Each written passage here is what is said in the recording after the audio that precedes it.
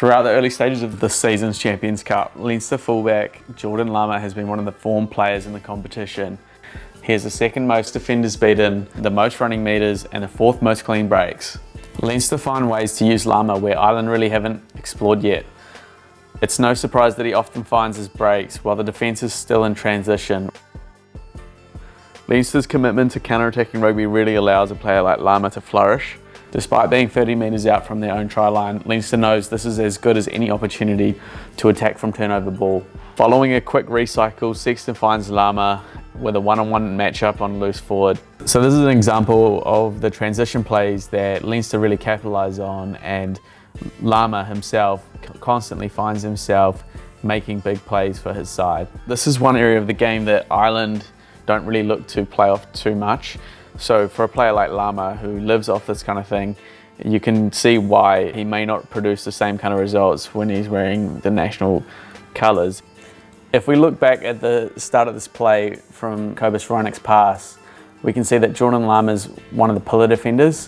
What really makes this play is Larmour's work rate to get across the other side of the field to be a part of this next play.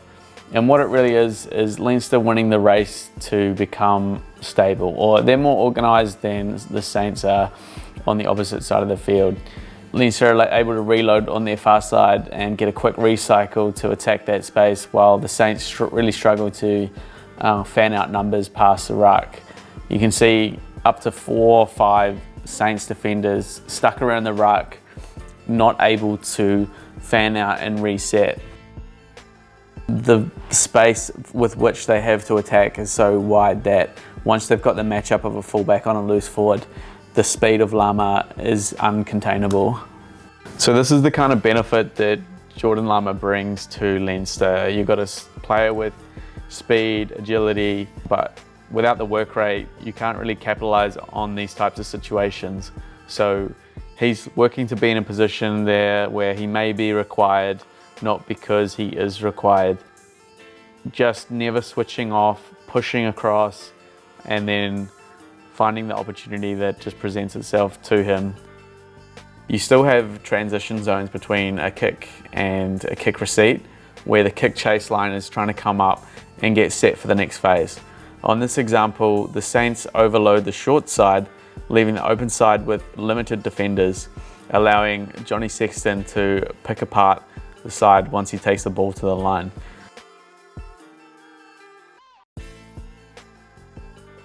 Sexton sees that the Saints have no interior ruck defence. We've got no pillar defenders here.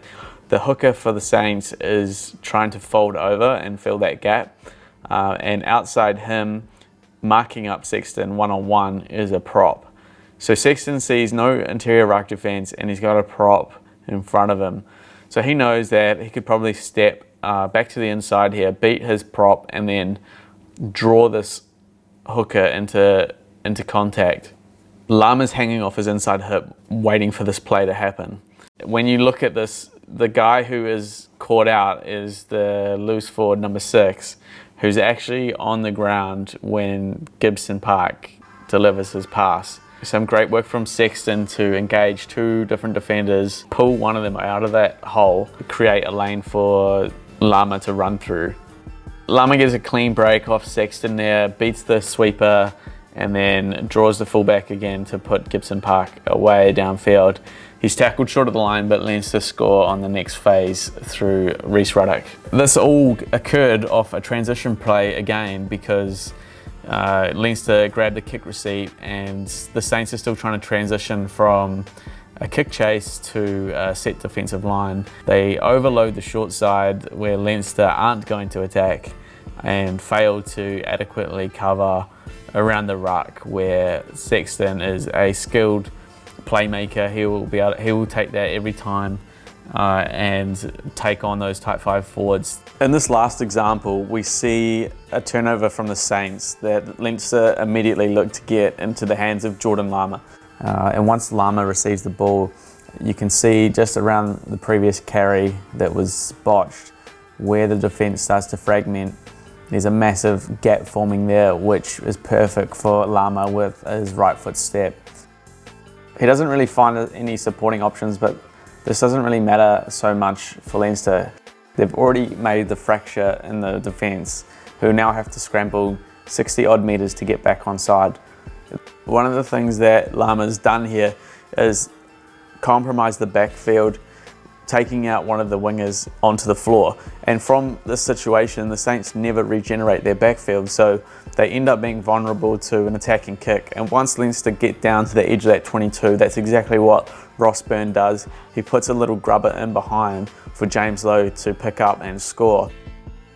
This is what we see with Leinster a lot, is Larmour's able to create line breaks, which eventually lead to tries for the side. And we're seeing a lot of these breaks come from these transition parts of the game, and that comes down to Leinster's willingness to attack in those situations. At the international level, these windows where defences are fractured are even smaller than what they are at this level. So it is harder to profit. Whether Ireland can do this is another question, but Larmour has that skill set and those abilities that this is the strengths of his game, so you want to give him the best opportunities to succeed. Then you have to kind of allow for some of this type of play.